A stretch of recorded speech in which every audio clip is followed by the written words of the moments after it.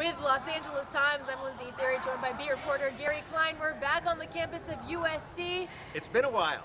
It has been a while, and we'd only come for such a special occasion.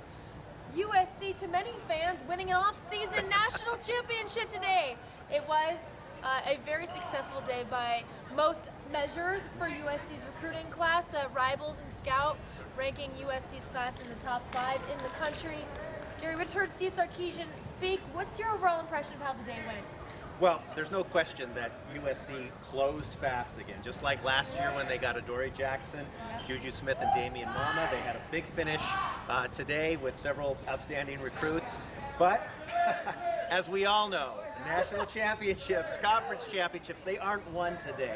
They are the building blocks. But you really have to step back and take a wait-and-see approach with these things. Not to put too much of a damper on all the excitement, but this is a good day for USC. Gary Klein with the buzzkill right off the top. Okay, those 3 big guys today was 2 from Sarah High School, Rasheem Green and John Houston, and then Iman Marshall from Long Beach Poly. Now, those are all local Southern California guys, so really it's the second year in a row, like you mentioned, that those local kids have really stayed at USC. Right, and I think, and Steve Sarkisian alluded to this, I think it's been proven through the years.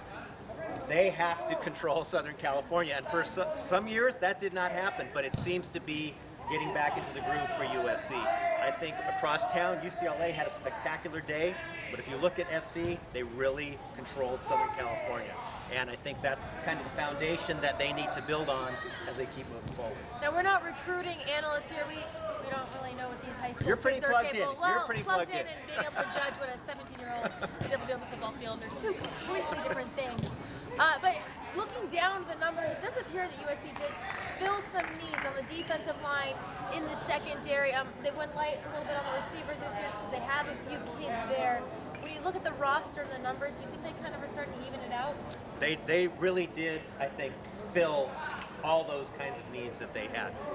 Obviously, the first full class in several years because of NCAA sanctions gave them the opportunity to go deep at several positions. And I think the thing that shows up when you look at the list of players that they have bringing in, they are bigger. You know, they're taller. This is a longer group, if you will, that they hope is going to develop into a very physical kind of football team. That's something Sarkisian has talked about wanting to instill, and perhaps this is a class that helps them start doing this. Right, I'm no analyst, but I will say that when I was at the Army game, standing next to a few of these young men, Osa Messina and Porter Gustin, they were quite a bit larger than some of the guys that we talked about on Howard Jones Field. Okay, so Steve Sarkisian has proven now, 2 seasons in a row, they can close on signing day. Does that help them finish in the 4th quarter? Well, that remains to be seen. Obviously, the roster they're going to have more players. They'll have more players in practice, so you think that things are going to get better in that way. Is that going to solve the problem of a player not jumping to block a Hail Mary pass? You're bringing up the Hail Mary. I'm just saying depth doesn't solve all issues. Depth doesn't solve all issues. The players still have to make the plays.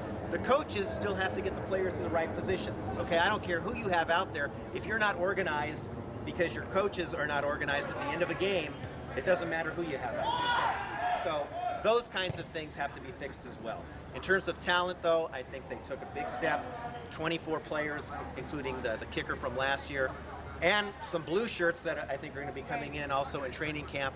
So the depth issue seems like they've taken some strides. Yeah, just a quick recap. There are 5 players who have enrolled for the spring semester. They'll be available to practice for spring workouts and also right now for winter conditioning. And then the rest of the class will arrive this summer, go through conditioning, and a couple of blue shirt recruits should be arriving for training camp if they don't decide to perhaps go elsewhere in the meantime. I think that's going to do it for our off-season spectacular National Signing Day 2015. Gary, I know you're excited for 2016 already.